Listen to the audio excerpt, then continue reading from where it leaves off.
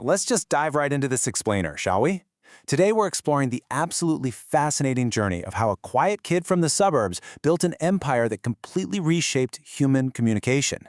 We're going to look at a story that goes way, way beyond just code and computers. It's the story of a teenager who learned to program, took some massive risks, and ultimately built platforms that billions of us use literally every single day. I mean, how often do you actually stop and think about the fact that a single college student completely altered how you interact with your family and friends? It's wild, right? This question sets the stage for a story that isn't just about the tech. It's about our fundamental, deeply rooted need to connect with one another. Looking back at history, it's incredibly rare for one individual to fundamentally alter the fabric of how society interacts. And yet, that is exactly what happened here. Because, every generation has that one visionary who redefines communication. Alexander Graham Bell gave us the telephone. Tim Berners-Lee gave us the World Wide Web. And then, we entered an entirely new era, the era of social connection, ushered in by Mark Zuckerberg. Section 1. The Young Programmer. So Mark's story really kicks off with his childhood in New York, where this unusual, almost obsessive fascination with computers showed up at a really early age.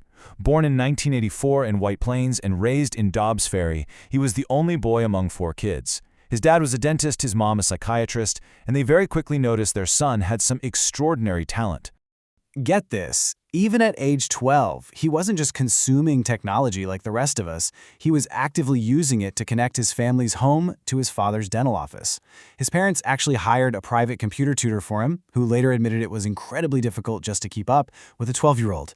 Building this system, which he called ZuckNet, was a huge early glimpse into his mindset. He wasn't just interested in the machines themselves, he was interested in using those machines to link people together. Think about it like this. While other kids were just trying to beat their video games, Mark was reverse engineering them to figure out exactly how they ticked. As he moved through high school and transferred to the prestigious Phillips Exeter Academy, his skills just absolutely skyrocketed. Major tech firms were actually showing interest in his early music recommendation programs, but he didn't want to just sell his ideas off. He wanted to build them himself. Section 2. The Harvard Revolution. So, fast forward to 2002. He enrolls at Harvard University and very quickly gains a reputation as one of the most intensely curious, talented programmers on campus. Very few people walking those grounds knew this quiet computer science student was about to set a total revolution into motion. He spent countless nights just experimenting, coding away, which led to a highly controversial project in 2003 called FaceMash. Now, this was a massive overnight hit, but also a massive controversy because photographs were used without permission. Still, it proved something incredibly profound to him on his journey as a builder. The ultimate driving thesis he took away from that whole FaceMash experience was simple but completely revolutionary. Human connection is the internet's most powerful force, period. He realized users weren't just going online looking for information anymore. They were looking for each other. At the end of the day, people are just fundamentally fascinated by other people. Section 3. Birth of the Facebook. On February 4, 2004, working late from his dorm room, a 19-year-old Mark launched a platform designed specifically to map out real-life social dynamics in a digital space. And the architecture of it was brilliantly straightforward. 1. Create a profile. 2. Upload a photograph. 3. Connect with your classmates. That's it. But this basic, elegant structure allowed the platform to just explode in growth. Within 24 hours, hundreds joined. Within weeks, they had signed up half of Harvard's student body. It was absolute lightning in a bottle. With the help of his classmates, Eduardo Saverin, Dustin Moskovitz, and Chris Hughes, he expanded the platform to other universities. Suddenly, this fun little dorm room project was becoming a sweeping cultural movement.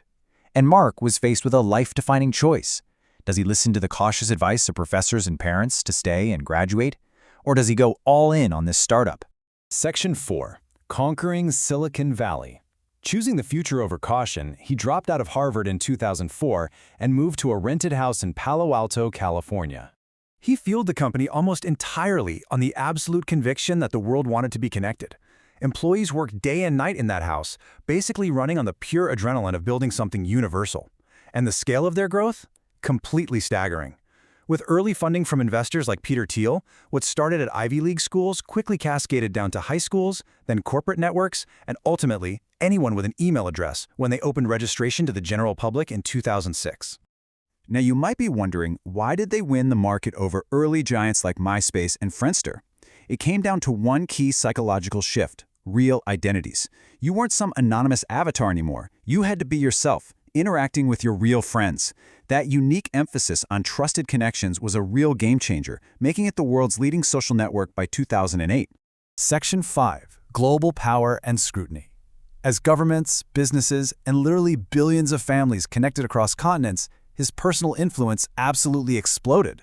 By 2008, he became one of the youngest self-made billionaires in history.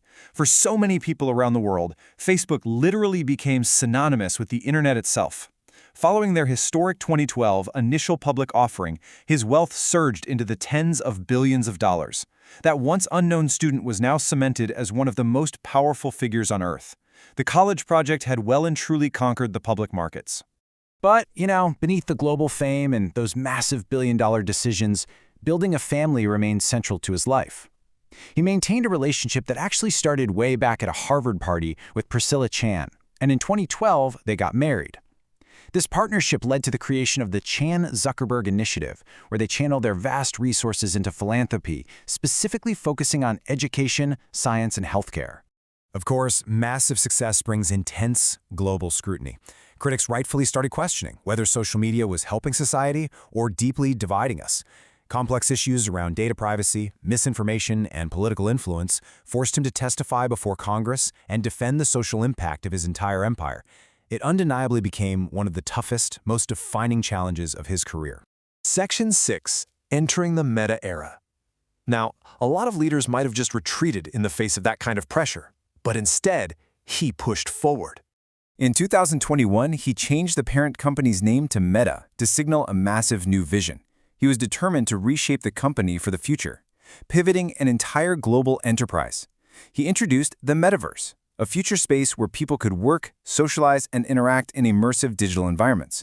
And yeah, while many doubted or even mocked the idea, he is once again betting heavily on a future before the rest of the world can fully see it, just like he did in that dorm room back in 2004. Today, Meta is pouring massive resources into artificial intelligence, virtual reality, and augmented reality. These are technologies poised to influence global communication, business, and culture all over again. And let's not forget, billions are already using Meta's family of products, Facebook, Instagram, WhatsApp, and Messenger, every single day. Yet, beneath the endless headlines, the controversies, and the unimaginable wealth, the core identity of that kid who loved building software in white plains remains exactly the same. At heart, he is a programmer, a builder, and a dreamer who fundamentally believed that technology could bring people closer together. Whether you view him as a genius or a disruptor, or maybe a bit of both, his foundational belief in human connection has undeniably transformed the internet forever. The impact of those early ideas that started on a college campus will continue to be felt for generations. Really, just think about it. How has it transformed your own life? I'm going to leave you with this provocative thought from Mark himself. The biggest risk is not taking any risk. When we choose the future over caution, what are we ultimately willing to risk? Thank you so much for joining me for this explainer. Keep learning, keep questioning, and I'll catch you next time.